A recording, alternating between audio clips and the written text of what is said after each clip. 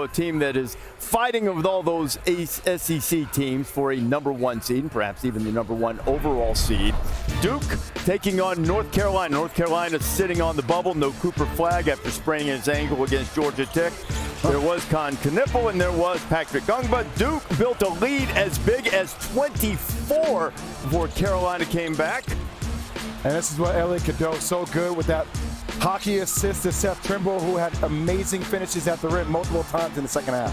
Tar Heels back to within 6. Here's Cadeau. Just attacking, playing downhill, offensively playing downhill, defensively physical, disrupting the rhythm of the Duke offense. Carolina down 1, a chance to take the lead, and Vidal Lubin can't get it to go. He's fouled. He'd been good from the free throw line in this game.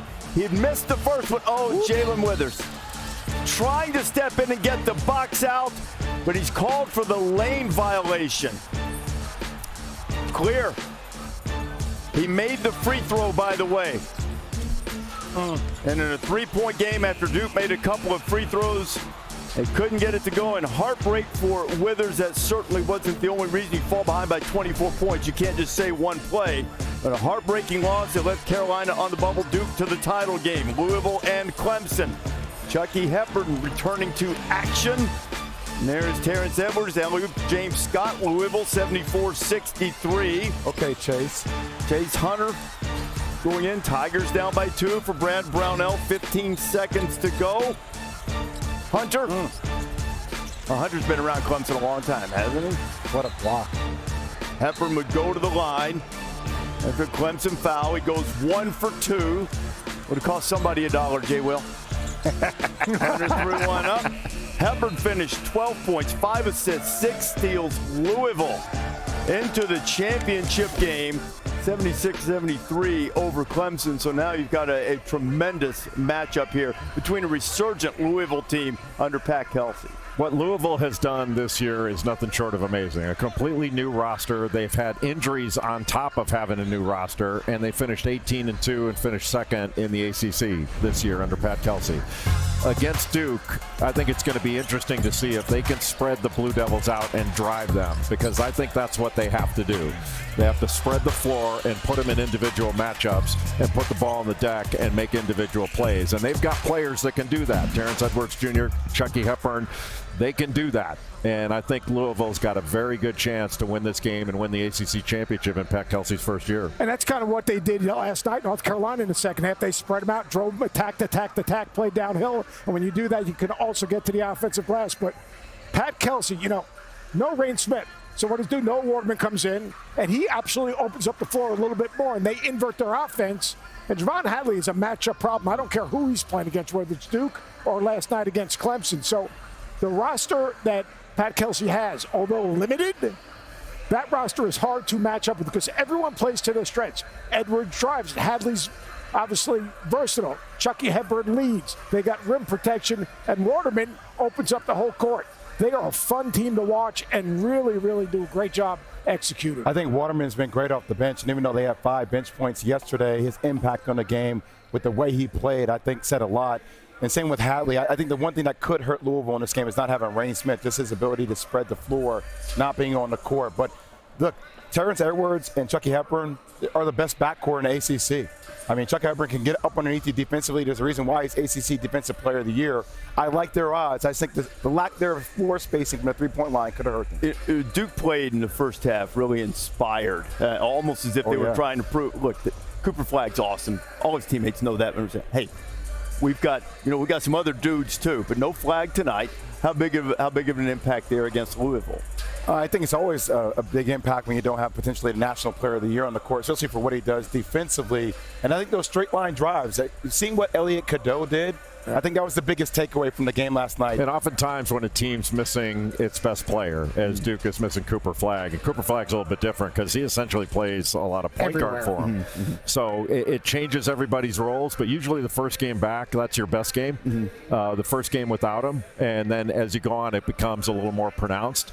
but I think Duke's got a character where some of these players that have played roles next to Cooper Flagg can bust out of these roles. They're capable of more. But that means everybody's has a changed role. And how are they going to handle that and mesh that together in a short period of time? That's the question. Isaiah Evans struggled a little bit yesterday. He just never could get in the flow. I would think he's going to be better today. Yeah, I would think so. Yeah, Duke's going for its 23rd ACC tournament title. Nobody has more than that. Pete Thamel's with us now. So, Pete, no Cooper Flagg. John Shire said that yesterday. Big picture, what's the prognosis for him and when he might be able to return for the Blue Devils? Well, Rece, we're now on day 3 of the Cooper Flagg left ankle watch, and the big picture prognosis is we'll see. I mean, it's a left ankle sprain, right? You can't overthink it. Rest is obviously the most important thing. John Shire has told us, Rece, there's no structural damage there, and he said that Cooper Flagg is doing better. I think the conversation quickly shifts now to, will Cooper Flagg play in the first round of the NCAA tournament? It's obviously Duke's going to be a 1 seed. They're going to play a number 16 seed, and it's just going to be a matter of rest and recovery for Cooper Flagg until next week.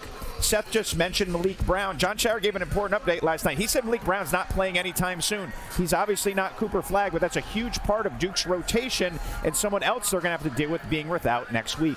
Seth has talked about that it's all about winning the national championship for Duke, something they haven't done since 2015, and a team that's won a couple in that span since then. Villanova about ready to make a coaching change, Pete? Yeah, Rece, well, Villanova has made a coaching change. This morning they dismissed Coach Kyle Neptune. Look, replacing Jay Wright was never going to be easy. Neptune did not reach the NCAA tournament in his 3 seasons on the main line. So now, Rece, we've got 2 jobs open that have legitimate national championship expectations, Indiana and Villanova. Villanova is very well resourced. They had plenty of NIL money. They just couldn't figure it out on the floor. Here's a few names that Villanova will be looking at. I think an aspirational name is going to be Marquette Shaka Smart. Don't expect him to reciprocate interest. He's been very happy at Marquette. 3 names that will be in the crosshairs: VCU's Ryan Odom, Maryland's Kevin Willard, and New Mexico's Richard Pitino. Odom is also a Virginia target. All those teams are obviously headed to the NCAA tournament. So, look, these searches are going to be awkward. You got teams playing, coaches coaching. We'll see who Villanova can land. I was going to say, Pete, if you can believe the rumor mill, if you want Ryan Odom, better move in a hurry. Seems like that's gotten down the track a little bit. All right, Thamel will be keeping an eye on all of that for us. One thing to watch starting in the Big 12.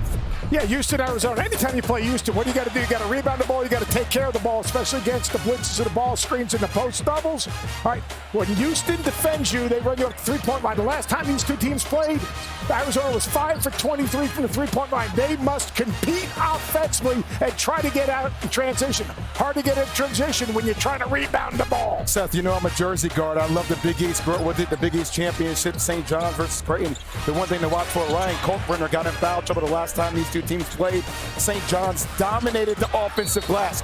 20 offensive rebounds, and we're plus 14 on the free throw line in attempts. How they handle Coltbrenner, bringing a wide free safety, stopping St. John's from attacking the rim is going to be critical to whether the Creighton Blue Jays can win this game. Auburn taking on Tennessee, and the key is how are the Volunteers going to handle Janai Broome? I think they need to put him in ball screens as often as they can so that he has to be put in the position of getting out on the floor and guarding. And are they going to double him inside? They like to run a lot of back screens to get him into the post. Some Spain action. You got to be careful with Janai Broome. About a half hour after that game, Alabama and Florida, the Gators dominated on the boards when they met in Tuscaloosa just about 2 weeks ago. Alex Condon, Ruben Chinyelu were huge. Tonight, you got to think, or this afternoon, that Cliff Amore, who's been playing much better, is very good against Kentucky last night, is going to have to help the Crimson Tide hold its own on the board. They were out-rebounded by 15. Florida's one of the better offensive rebounding teams in the country. As you look at the bracket, not often that we get chalk in the SEC, just the 3rd time since the SEC went away from divisions in basketball that chalk has held going into the semifinals. And if you look at the Florida-Alabama game, both high-caliber offenses. You called the game earlier this year. you'd think that Alabama keeping up on the boards would be a big deal. Yeah, I mean, it's a huge deal. Alabama's a pretty good offensive rebounding team themselves, but they get a lot of long rebounds, so the guards get in there. But one of the things that I think happened to Alabama in Tuscaloosa was some of their shots led to long rebounds and led to transition for Florida. And Florida dominated in transition. They dominated in the offensive glass. And I think Alabama had a hard time containing penetration. And Alex Condon went nuts on them. I mean, Condon's a great big guy. He had 27 points, 10 rebounds. They got him on a lot of lobs and open side pick and rolls where they could just throw it up to him. So they're going to have to do a better job containing the ball in this one. But I think it's going to be a track meet. You know, you'd think Florida'd like to kind of slow it down a little bit. They don't want it up in the 90s. They don't care. Yeah. This thing's going to be in the 90s, we hope. I mean, it's going to be a fun game to watch. This game's going to come down to both teams. Who can guard the basketball, not overhelp? Who can take good shots so they can get back and set their defense? Who takes care of the basketball so they can get back and set their defense? Because if you can set your defense, you have a shot. I just think this Florida team's just too talented. I think a matchup to watch that we don't talk about, Nelson and Condon. I think that's going to be an interesting matchup. But you talk about Condon, his skill set is so unique. They can run offense through him. He can knock down the three. He plays off the guards. You put him in ball screens. He short rolls. He's a passer. To me, the skill set of the front court of Florida might be the difference in this game. Look, Florida is a team that can win a national championship. I do not think Alabama can. I think their guards are a little bit smaller. That's just my POV.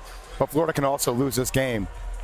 Watching the maturation of LeBaron Fillon, I mean, he is an absolute dude. And it takes so much pressure off of Mark Sears because Mark Sears can do so much off the dribble penetration. But Fillon's ability to start knocking down shots and just the poise he's playing with makes it such a lethal backcourt. You know, Aiden Holloway on the small level, can he give them some points off the bench? But I think they're bigs. Once again, Jay, chasing down those long offensive rebounds can be critical as well. Doesn't Holloway, I think he gets kind of eaten up by the size and the length of those bigger guards. I think the physicality of the perimeter guards. It's like Florida and Auburn. Florida, they just are big and long and physical. I think they keep him out of the lane, force him to shoot contested shots.